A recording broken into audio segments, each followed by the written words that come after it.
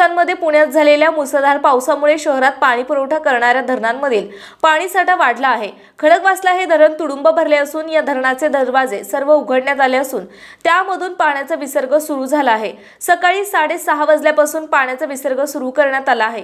या पार्श्वभूमीवर खडकवासला पाटबंधारे विभागाकडून नागरिक आणि स्थानिक प्रशासनाला महत्त्वाच्या सूचना देण्यात आल्या आहेत। खडकवासला धरणाच्या सांडव्यावरून मुठा नदी पात्रामध्ये सुरू असणारा 200 क्युसेक्स विसर्ग वाढवून सकाळी 6:30 वाजता 4708 क्युसेक्स करण्यात येत आहे। आवश्यकतेनुसार बदल संभवू शकतो, कृपया नोंद घ्यावी। तसेच पावसाच्या प्रमाणानुसार आणि येण्यानुसार विसर्ग पुन्हा कमी जास्त करण्याची शक्यता आहे, याची नोंद घेण्यात यावी, असे खडकवासला पाटबंधारे विभागाकडून सांगण्यात आले। या संदर्भात काल रात्री सूचना देण्यात आल्या होत्या, त्यावेळी खडकवासला धरण 95% भरले होते। खडकवासला धरणाच्या पाणलोट क्षेत्रात रात्रभर झालेल्या मुसळधार पावसामुळे सकाळी धरणाचे दरवाजे उघडण्यात आले। खडकवासला धरण जुलै महिन्यातच भरल्याने पुणेकरांनी पाण्याची चिंता जवळपास मिटल्याचे जमाय। दरम्यान पावसाचा जोर कायम राहिल्यास धरणातून पाण्याचा विसर्ग आणखी वाढवण्यात येईल।